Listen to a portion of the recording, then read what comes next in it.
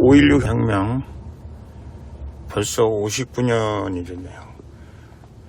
제가 이제 현충원에서 59주년 기념식을 마쳤습니다만 비가 좀 부슬부슬 내리고 우리들 마음 같았어요. 그런데 현충원 당국자들 얘기를 들어보니까 단 한 팀도 오늘 박정희 대통령 현충원을 공식적으로 예방하는 사람들이 없다고 하네요. 그래서 참 격세지감 안타깝다 그런 생각을 합니다. 이번 2020년 선거를 끝내고 자유우파 진영에 앞으로 우리가 나아갈 방향을 어떻게 해야 되는 것이 옳은 것이냐 라는 논쟁들이 여기저기서 얘기가 되고 있습니다. 첫 번째 논쟁 중에 하나가 보수우파의 보수를 빼자는 거죠. 왜냐하면 보수우파 그러면 노쇠한, 말만 따라 수국볼통, 그리고 자기 기득권만 지키려고 하는 그런 이미지가 있다. 보수라는 이름은 이제 시대와 함께 좀 소멸된 이름이 아니냐. 어찌되었든 좋은 이름이지만, 그래서 자유우파 이렇게 쓰는 것이 어떠냐, 뭐 이렇게 얘기를 하고, 뭐 어떤 사람도 혁신우파 이렇게 얘기하는데, 우파 이념 정리에서 좌익들, 사회주의 세력, 종북 세력들과 이렇게 혼돈돼서 생각하는 사람도 있을 것 같고, 또 우파에서 혁신이라는 이미지를 쓰는 사람들은 사실은 좌파하고 동조하는 사람들이 많이 있기 때문에 그 용어에는 좀 우리가 좀 조심해야 되지 않나 그런 생각을 합니다. 하여간 드리고 싶은 말씀은 자유우파의 현주소, 그러면 우리가 어떻게 했으면 좋겠냐 이렇게 사람들이 얘기를 해요. 그 논쟁도 사실은 몇 가지 논쟁이 있습니다. 그런데 제가 오늘 말씀을 다 드릴 수는 없고 5.16 혁명과 관계된 얘기만 한다면 첫 번째는 이거죠. 예를 들어서 이승만, 박정희, 박근혜 대통령 다 역사로 묻어버리자. 그리고 우리가 새로운 미래를 만들어내자. 그래야 우리 자유우파의 미래가 있다. 이렇게 얘기하는 사람들이 있습니다. 이렇게 얘기하는 사람도 두 부류가 있어요. 하나는 진짜 이승만, 박정희, 박근혜 대통령을 잊어버렸으면 좋겠다. 정말 역사에 묻어버렸으면 좋겠다. 다시는 우리 입에 올리지 않았으면 좋겠다. 이렇게 얘기하면서도 그것이 지금 우리가 뭐가 잘못돼서가 아니라 우리 국민들이 거기에 대해서 뭐 전교조 탓을 하거나 아니면 뭐 종북 주사파 탓을 하거나 이거 어떤 사람들에 의해서든지 간에 그것이 별로 그렇게 국민에게 와닿지 않기 때문에 지금 그것을 우리가 역사적 교훈으로 삼고 우리 앞으로 미래를 만드는 데 있어서 우리가 자양분으로 쓸 수는 있으되 이제 국민들에게 더 이상 그런 얘기를 자꾸 함으로 해서 국민들이 우리를 선택하는데 주저하게끔 해서는 안 되는 거 아니냐. 나름 긍정적인 의미에서 말씀하시는 분들도 계시고요. 또 두 번째 부류는 뭐냐면 진짜 이제 우리가 잊어버려야 된다. 탄핵 얘기 집어쳐라. 이제 뭐 새마을운동 집어쳐라. 뭐 이승만 집어쳐라. 뭐 이승만 대통령이 누군지도 모르고 언제 있었는지도 모르고 또 그분들의 공과 과가 있는데 과가 더 훨씬 많이 있다고 노출되는 마당에 있어서 우리가 왜 안 팔리는 물건을 가지고 상품대 진열을 하냐, 뭐 이제 이런 식이죠. 본인 생각에는 자유우파를 위해서 그렇게 한다 이렇게 생각하고 있겠죠. 그런데 또 일부에서는 사회주의자들, 좌빨들에 의해서 오염된 사람들이다 이렇게 평가를 하고 있는 거죠. 제가 오늘 여러 가지 말씀을 드리는 것은 여러분들께서 제가 드리는 말씀을 토대로 해서 우리가 앞으로 어떻게 해야 될 것인가에 대해서 관심을 가져주십사 하는 의미라는 것을 여러분 잊지 마시기 바랍니다. 그 역사적 논쟁은 필요합니다.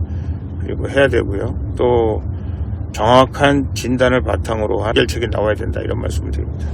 제가 일전에 친박신당에 관해서 말씀을 드리면서 우리가 당명도 바꾸고 전체적으로 바뀌자 이렇게 얘기하면서 이제 박근혜 대통령이 우리의 대장이었다. 대통령께 보고하고 대통령께서 지침을 주시는 대로 했던 것이 친박신당이었다. 그거에 대해서 우리가 후회하지 않는다. 그러나 이제 앞으로는 우리가 박근혜 대통령의 이슈를 우리가 테이크해야 하는, 우리가 대통령을 모셔야 하고 또 대통령의 뜻을 우리 친박신당 안에 녹여야 하지만 앞으로 우리가 나갈 방향에 관해서 또 우리의 전략 전술에 관해서는 우리가 토론을 통해서 우리가 앞으로 정하고 그 방향으로 우리가 가야 한다.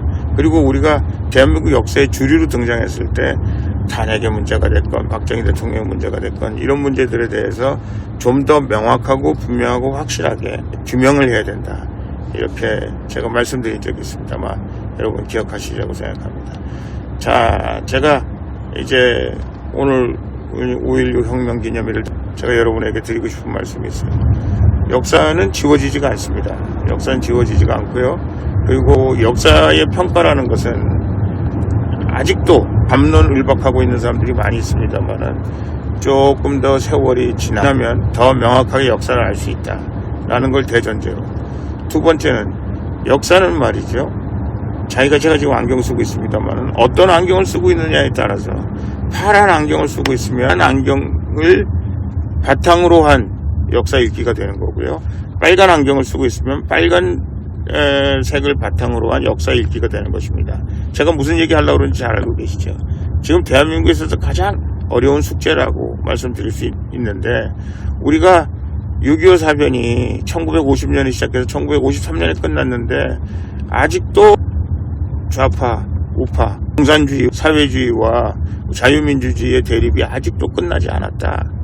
이것이 끝나기 전까지는 우리 대한민국 역사를 예를 들어서 좌빨의 눈으로 보면 대한민국 역사가 이승만, 박정희, 박근혜 대통령이 아주 우편없는 대통령 또 공보다는 과가 많은 대통령 이렇게 보일 수밖에 없다.